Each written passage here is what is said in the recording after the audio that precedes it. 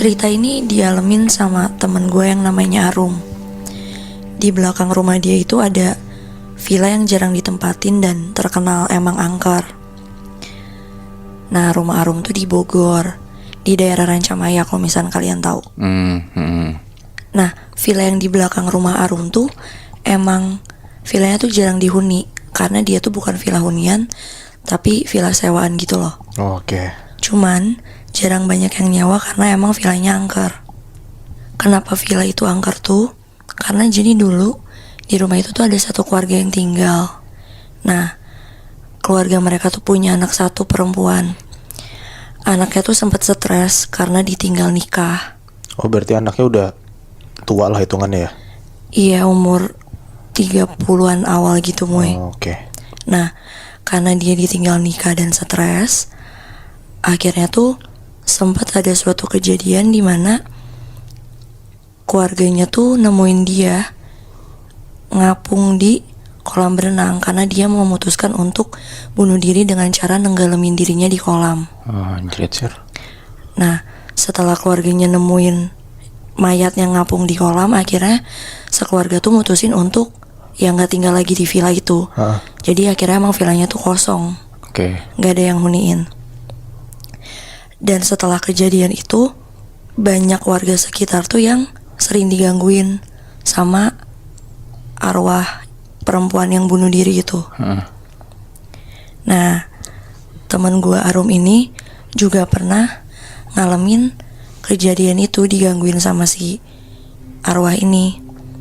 Jadi ceritanya, Arum tuh punya adik satu cowok namanya Ijay. Kayak yang tadi gue bilang kan, rumah Arum sama si villanya tuh belakangan gitu loh. Depan belakang. Iya, depan belakang. Nah, jadi waktu itu Ijay itu adanya Arum tuh lagi sendiri di rumah. Posisinya dia lagi di kamar. Kamarnya Ijay, jadi gini sebelumnya, rumahnya Arum itu 3 lantai. Jadi dari kamar Ijay yang paling atas, Lantai 3. Iya, kamar Ijay itu paling atas, dan di atas tuh emang cuman kamar Ijay doang. Sama ada kayak ruang tamu, habis itu balkon. Nah, dari balkon lantai 3 tuh lu bisa lihat balkon si villanya itu. Jadi emang adep-adepan gitu, Moibi. Oh, berarti ke belakang dong balkonnya? Iya, karena kan ngadep ke villanya kan. Nah, jadi suatu malam tuh Ijay lagi di kamar sendiri, lagi tidur. Kurang lebih jam 12 atau jam 1-an gitu deh. Sampai akhirnya tiba-tiba Ijay itu ngedengar ada suara kaki gitu loh, pelan, kayak, lo tau gak sih tapak kaki orang basah yang kayak ceplak gitu loh. Oh, tapak kakinya basah kedengerannya? Kedengerannya kayak orang kakinya basah dan jalan tuh kayak ya kayak gitu, lo ngerti kan, Boy? Di balkon atau di depan kamar Ijay. Oh, di ruang keluarganya. Itu kayak ruangan kosong doang gitu sih. Nah, di situ Ijay ngedengar dari kamar. Akhirnya Ijay mutusin untuk keluar kamar dan ngecek. Dan pas dia ngecek emang nggak ada orang gitu kan. Sampai akhirnya dia ngeliat ke lantai, emang ada bekas tapak kaki basah gitu. Yang ngarahnya itu ke balkon. Anjir. Akhirnya udah dong Ijay ikutin, tapi tiba-tiba tapak kakinya tuh berhenti pas mau ke arah balkonnya gitu loh. Ya Ijay bingung dong. Ijay kayak nengok kanan kiri nggak ada. Sampai akhirnya tuh Ijay ngeliat dari balkon dia ke balkon villa. Ke seberangnya gitu. Iya, dia ngeliat ke seberang dia. Dan pas Ijay lihat tuh ada sosok perempuan berdiri menggungin Ijay. Bajunya putih, gaun putih gitu. Rambutnya panjang, sambil nengok ke Ijay, terus senyum ke Ijay. Aduh. Dan setelah senyum, dia jalan masuk ke villanya lagi. Setelah kejadian itu Ijay ngerasa takut. Akhirnya Ijay minta kakaknya si Arum, teman gue, untuk nemenin dia tidur malam itu. Akhirnya ya udah, Arum nemenin. Terus Arum nanya, lu tumben banget minta nemenin tidur, emang kenapa? Di situ Ijay bilang, iya tadi gue baru ngerasa ada yang gangguin. Di situ Arum yang kayak, masa sih, iya gitu. Kira ya udah Arum nemenin Ijay tidur, dan selama Arum tidur dia sama sekali nggak ngerasain ada gangguan apapun. kebesokannya Ijay udah bisa tidur sendiri. Arum udah gak nemenin. Sampai akhirnya jam 3 pagi Ijay itu teriak kenceng banget, Arum, Arum, Arum. Terus ya Arum panik dong. Arum ke atas. Arum nanya, lu kenapa? Di situ Ijay posisinya udah gak di kasur, dia udah berdiri, mukanya pucat, ketakutan banget. Sampai akhirnya Ijay ngasih tahu apa yang kejadian. Ternyata pas Ijay lagi tidur di kasur, yang dimana Ijay itu tidurnya di sisi kiri, karena kan kasurnya Ijay queen size kan. Cocok, maksudnya cukup buat 2 orang.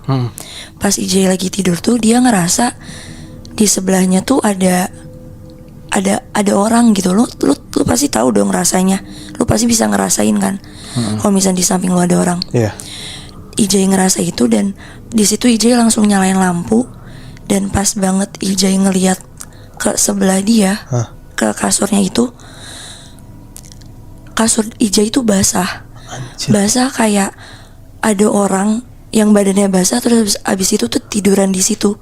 Jadi dari ujung bantal sampai ke ujung kaki tuh orang basah yang nyeplak gitu, tau gak sih Muibi? Bekasnya kelihatan banget gitu ya? Bekasnya kelihatan banget dan emang jelas banget basah. Nah, udah tuh. Tapi kejadian aneh di rumah Arum tuh nggak berhenti di situ doang. Pernah ada suatu hari, waktu itu ada 3 saudaranya Arum, cowok semua, lagi main ke rumah Arum. Nah, 3 saudaranya itu main sama Ijay di balkon di depan kamarnya Ijay itu, yang di lantai 3 kan. Nah, di situ Ijay sama 3 saudaranya itu, ya mereka ngobrol, main gitar, ya minum-minum, ya lu tau lah gimana cowok nongkrong gitu kan. Sampai akhirnya salah satu dari saudaranya Ijay itu pas lagi main gitar ngerasa diperhatiin dari seberang balkonnya mereka, itu dari villa itu kan. Saudaranya Ijay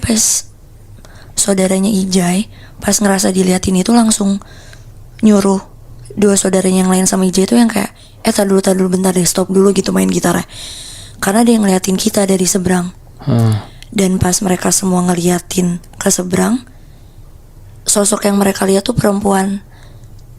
Nah pas mereka ngeliatin tuh si perempuan itu tuh nggak hilang. Berarti dia diem aja di situ? Diem. Tetap diem dan tetap ngeliatin ke mereka. Nah jarak dari balkonnya Ijay sama balkon villanya tuh ya lumayan jauh lah. Nah pas mereka lagi ngeliatin si sosok cewek ini, ceweknya tuh senyum ke mereka, terus tiba-tiba ketawa. Aduh. Nah, tadi lu inget kan?